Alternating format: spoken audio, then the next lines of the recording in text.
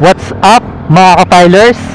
Yan, it's a sunny travel day ngayong araw na ito. Yan, ayan po. Pagkagaling po natin dito sa may Calamba, Tagaytay Bypass Road, dito sa may Dapdap East, at saka nakapunta na rin po tayo sa may People's Park in the Sky, ay muli kong tatahakin itong Tagaytay Kabuyaw Bypass Road, o ang tinatawag na papunta dito sa may Rebpal. Pero bago muna tayo pumunta sa susunod nating destinasyon, ay mangyari lamang na mag-like, share, subscribe, then click the notification bell para mas updated ko pa kayo sa aking mga videos.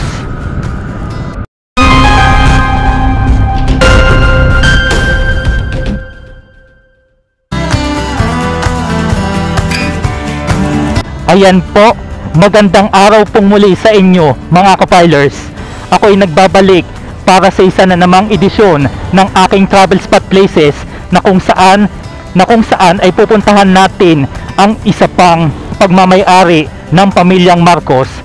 Ito po yung Marcos Twin Mansion o ang kanilang kambal na tahanan na matatagpuan sa may Barangay Kasili, lungsod ng Kabuyaw, Laguna.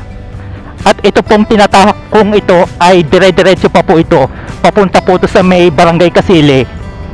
Mahaba-haba pa ang lusungan nito o babaan nito, kaya kapag ganitong katarik ang lugar, iba yung pag-iingat lamang po mga kapilers. Bali ito po ay nadaanan ko na po ito dati pa, pero hindi po ako nakapag-coverage doon o nakapag-docu-vlog kasi hindi ko po kasi dala noon ang camera ko noon. Pero ngayon at sa pagkakataong ito ay madadaanan ko pong muli ito. Yan o. Napakaganda pa rin ang view dito at saka ang ambience. Saka isa ito sa mga inaahunan o nilulusungan ng mga siklista at motorista. Habang binabagtas ko to ay unti-unti tayong nalusong o nababa. Parang walang katapusan o. Pero isa ito sa mga alternatibong kalsada papunta sa may papunta sa may Calamba, Canlubang, Kabuyaw. Medyo malayo-layo pa. May kulay orange na tindahan. Ayan ang dami palang mga natambay dito mga siklista. Ang gaganda ng mga banderitas nila. Kailan kaya nagpiesta rito? Yan Dito tayo sa may Kasili Elementary School. At saka ngayong araw na ito nag-change shift po muna ang inyong lingkod sa destinasyon na pinupuntahan natin, kasi mostly ang mga nai-content ko na yung sa mga ilang bayan o ilang lungsod na po sa Batangas. Pero ngayon change shift muna po tayo. Wow, parang nagtatrabaho lang may pa change shift pa. Ang dami rin nagbabike pahon sa Kapalusong, gawa ng ngayon weekend ngayon saka pag natataon ding mga holidays. Sarap mag-ride ang lapad ng mga kalsada.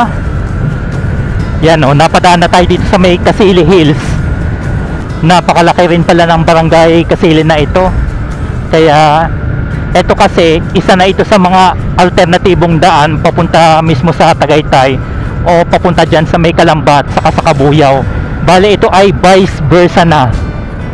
Kahit katirikan ng araw o tanghaling tapat gumaw-go lang tayo. Kasi kapag ganyan magtatag-ulan na o habang nasa hapit ang tag-ulan mahirap na makalabas ng bahay. Siyempre alam naman natin kung ano na yung kalaban natin. Siyempre putik, baha. Pero minsan nga nagbagyuhan pa. Kahit noong nakaraan yung dumaan ang si Bagyong Aghon na kung saan may mga ilan din na pinsalang mga ari-arian. Habang bumababa ako dito kitang-kita na ang napakagandang tanawin. Tunay nga ang kasabihan na nakakawala din ng stress at problema, na kumbaga malilimutan nyo muna ang mga problema nyo pansamantala habang nagra-ride kayo. Yan rain or shine, tuloy-tuloy pa rin ang ligaya. Hindi ko alam kung ilang kilometro ito mula dun sa Tagaytay hanggang sa may Marcos Twin Mansion, pero siya mahaba-haba pa talaga siya. Tapos ayan lulusong pa ulit. Yan, teka lang. Yan, magdahan-dahan tayo. May nakatigil na kotse. Oops. Ay, ito na yung papasok Bago muna makarating sa Twin Mansion, ayan may rough road pa pala madadaanan dito. Nakaligtaan ko pala. O ayan, rough road ang madadaanan with matching liparan ng alikabok. Yan, napasabak na naman tayo sa sa rough road. Dahan-dahan. Yan, iba yung pag-iingat lamang po kapag magagawi kayo rito.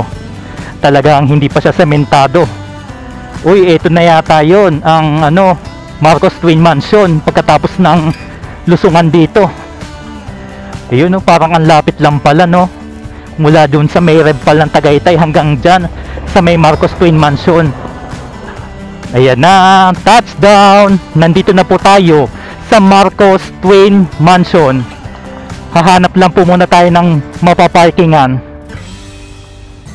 Mula po sa aking kinatatayuan ay nandito na ako mismo sa harap o sa tapat ng Marcos Twin Mansion na matatagpuan lamang dito sa Barangay Kasile ng Cabuyao, Laguna.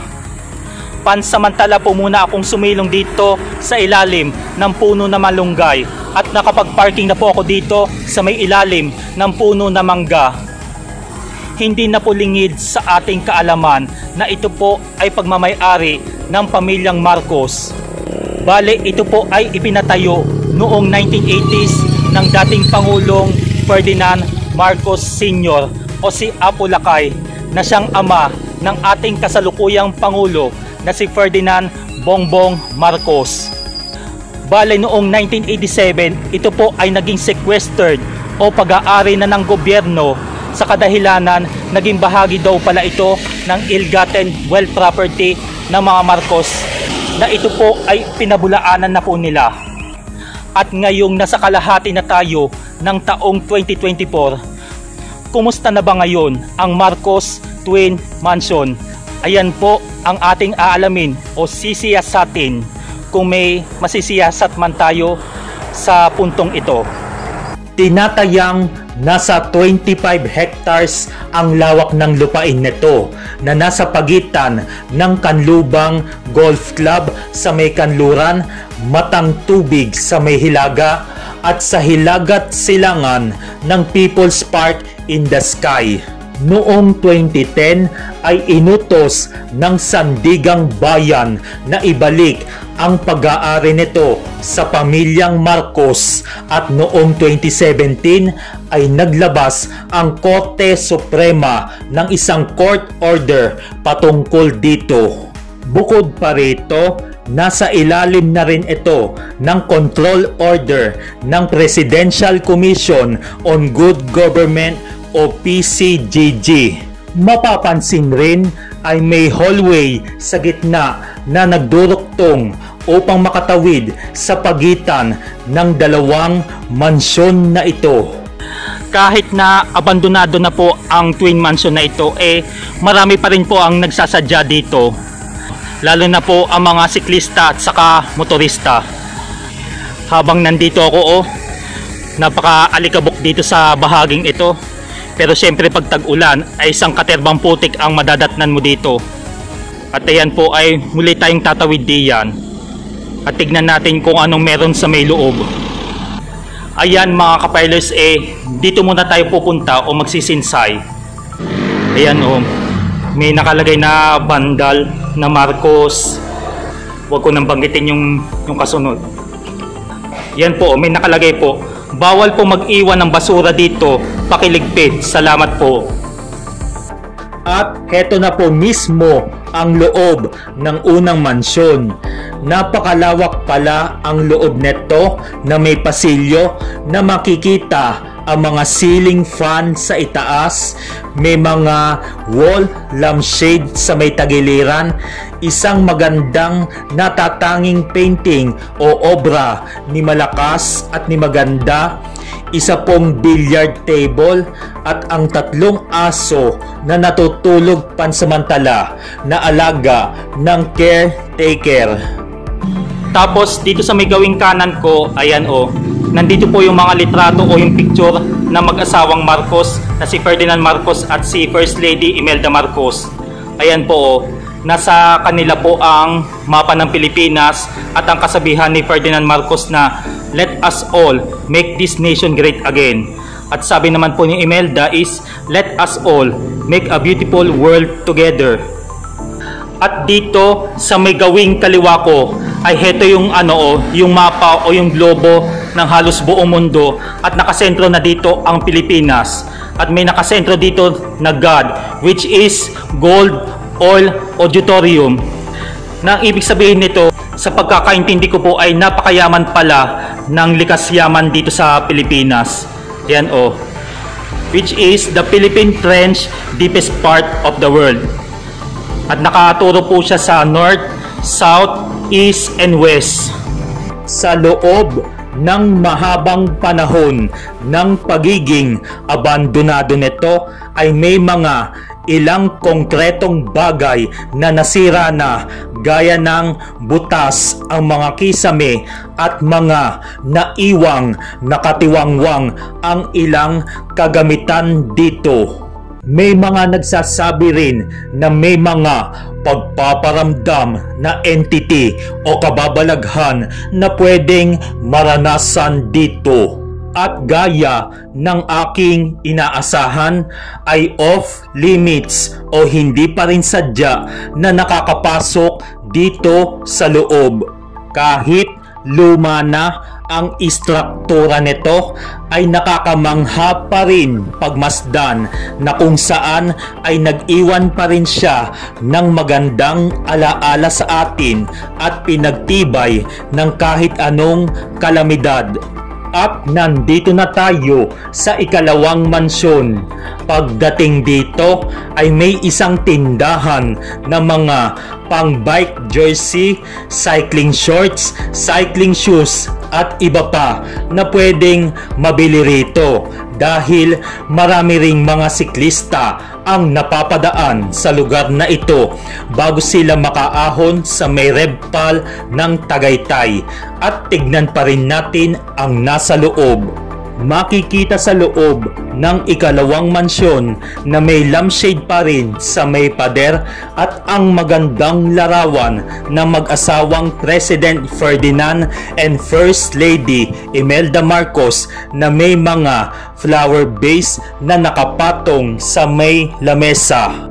Sa mga nagdaang taon ay dito rin nag-shooting ang mga sikat na pelikula or movies gaya ng kay FPJ The King na ako ang huhusga noong 1989, na part 2 na kapag puno na ang salop noong 1987 at nasundan sa huling yugto ng Hindi Ka Na Sisikatan ng Araw noong 1990. Naging shooting location rin ito ng Haunted Mansion ni Miss Janela Salvador na naging official entry sa 41st Metro Manila Film Festival noong December 2015.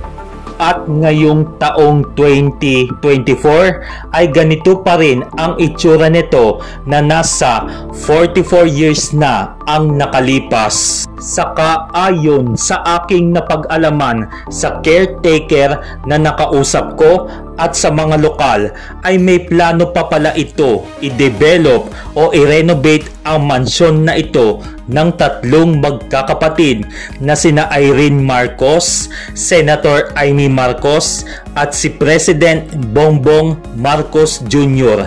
Kung sakaling ito ay ma-renovate, ay magiging museum tourist spot o pambansang museo ng mga Marcos dito sa Cabuyao, Laguna. At ayan po ang nakuhang kasagutan ng inyong lingkod. O ayan, sinong gusto magpa-shoutout? Ayan, shoutout po sa'yo. Parang dami kong nakasalamuha ngayong araw, no? At hindi pa rin matawaran ang pagdayo ng karamihan sa atin upang magpa-picture, mag-video at magpahinga muna pansamantala sa natatangi at magandang kasaysayan ng Marcos Twin Mansion. Ayan po, sana po ay nag-enjoy kayo sa aking pamamasyal at pagtuklas sa nakatagong abandoned Twin Mansion. Kung nakaabot man kayo sa dulo ng bidyong ito, ay nais ko pong magpasalamat sa inyong pagsuporta at panonood sa aking mga videos. At muli po ay nagpapaalala sa inyo ng having safe and happy trips sa ating lahat.